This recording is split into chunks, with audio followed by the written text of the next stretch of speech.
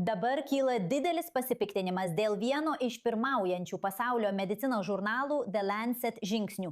Jis paskelbė peticiją, kurioje raginama sustabdyti Izraelio medicinos asociacijos narystę pasaulinėje medicinos asociacijoje. Dabar tokios organizacijos kaip Gydytojai už Gazą, Liaudies sveikatos judėjimas ir Sveikatos patariamoji taryba iš Žydų balso už taiką nori, kad Izraelio asociacija būtų suspenduota dėl, kaip jos teigia, nesugebėjimo pasisakyti prieš palestiniečių genocidą, sveikatos priežiūros infrastruktūros naikinimą bei sveikatos priežiūros darbuotojų kankinimą ir žudimą Gazoje. Ir žinoma, pagrįstų kaltinimų. Pasaulio kongresas jau atsiribojo nuo raginimo suspenduoti, teigdamas, kad jis prieštarauja bet kokių savo narių pašalinimui dėl jų vyriausybių veiksmų.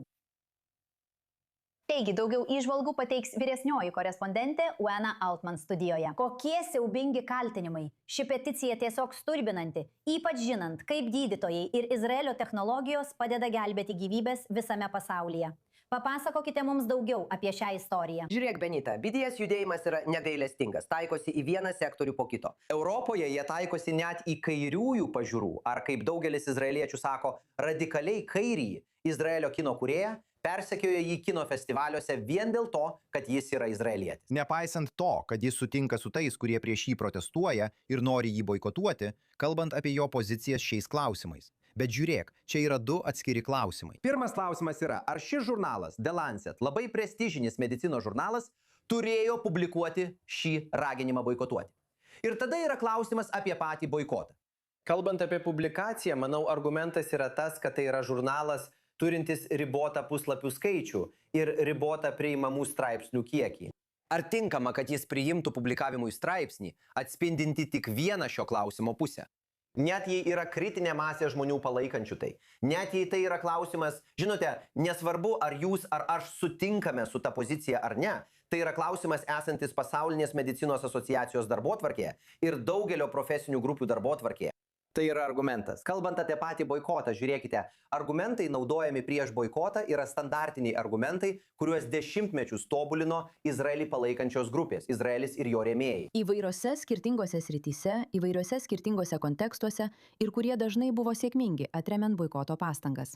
2 punktai. Pirmas dalykas, ką tik girdėjome iš pasaulinės medicinos asociacijos, tiesa, kuris sako, kad Izraelio medicinos asociacijos nariai, Izraelio gydytojai ir medicinos specialistai jie neturėtų būti pašalinti dėl savo vyriausybės veiksmų ir neturėtų būti kolektyviai baudžiami. Ir kad tai netinkama daryti. Ir kitas argumentas yra tas, kad net jei kas nors nesutinka su vyriausybės ar net visuomenės pozicija, geriau yra bendrauti su ta vyriausybė ir ta visuomenė. Ir prieš jų, Benita, tu galėtum pridėti trečią argumentą – dvigubų standartų klausimą. Kodėl yra taikomasi į Izraelio medicinos asociaciją, o ne į Rusijos medicinos asociaciją, ar Irano medicinos asociaciją, arba, tarkime, Šiaurės Korėjos medicinos asociaciją? Kodėl tik Izraelio gydytojai? Taigi šie argumentai yra naudojami. Išgirdome Pasaulio medicinos asociacijos atsakymą iš mūsų perspektyvos. Ir tai yra Pasaulio medicinos asociacijos nuopelnas. Jie pasakė, mes to nepalaikome, mes to nesiūlome. Ir mes, kaip organizacija, tam priešinsimės, kai tik tai bus svarstoma balsavime mūsų artėjančiame susitikime. Tokios yra ribos, jos pažįstamos iš dešimtmečius trunkančios kovos prieš boikotus. Jie dažnai, nors ir ne visada, buvo sėkmingi. Ir mes turime izraeliečius, kurie tarptautiniu mastu įtikinėja savo kolegas prieš boikotą. Esu tikras, kad ir jūs ir aš tikimės, jog jie laimės.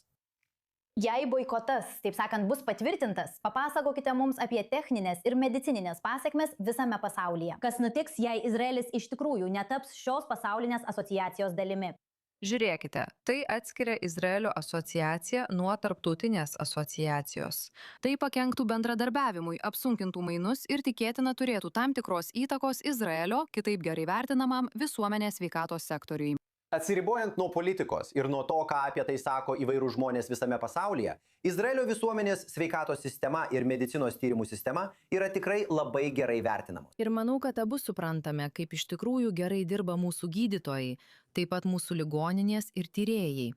Ir kaip Izraelis, nepaisant visų sunkumų, toliau pirmauja įvairių sričių tyrimuose, įskaitant Benitas ir tuos, kurie susiję su saugumo situacija. Naujausias pavyzdys - vaikų įkaitų gydimas. Sritis, kurioje iki šiol nebuvo atlikta jokių tyrimų, tačiau Izraelio medicinos specialistams teko susidurti su šiuo neįtikėtinu, siaubingu iššūkiu ir jie sugebėjo pasidalyti savo patirtimi su visu pasauliu. Labai svarbu, žinoma, dalintis patirtimi. Laukiame, kaip viskas klostysis toliau. Vyresnysis korespondentas Ovenas Ansas, ačiū Jums, kaip visada.